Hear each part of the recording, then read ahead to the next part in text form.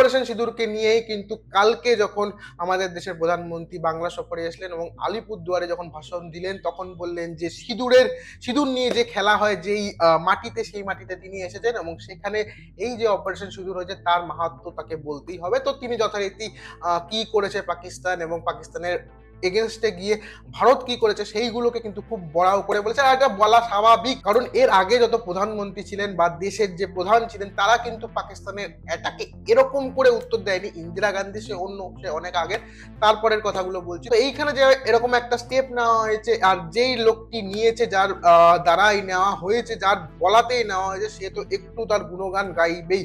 তো এই জিনিসটা কিন্তু যথারীতি প্রধানমন্ত্রী করেছেন। আর এই জিনিসটাকেই কিন্তু আমাদের রাজ্যের যে মুখ্যমন্ত্রী আছেন মমতা ব্যানার্জি সেটা ভালো চোখে দেখছেন না। তিনি মনে করছেন যে ভোটের জন্য এই অপারেশন সিঁদুরকে কিন্তু অস্ত্র হিসেবে ব্যবহার করছে নরেন্দ্র মোদী বা বিজেপি। তো এইভাবে করতে গিয়ে কিন্তু কালকে মুখ্যমন্ত্রী মমতা ব্যানার্জি নবান্ন থেকে যখন ভাষণ দিচ্ছিলেন তখন তিনি একটা বেফাস মন্তব্য করে দিলেন, যেখানে কিনা বলা হচ্ছিল যে এই মোদী নাকি বলছে যে সবার সিঁদুর নাকি, মানে সিঁদুর বেচতে এসছেন অ্যাকচুয়ালি মোদী নাকি এখানে বলেছেন।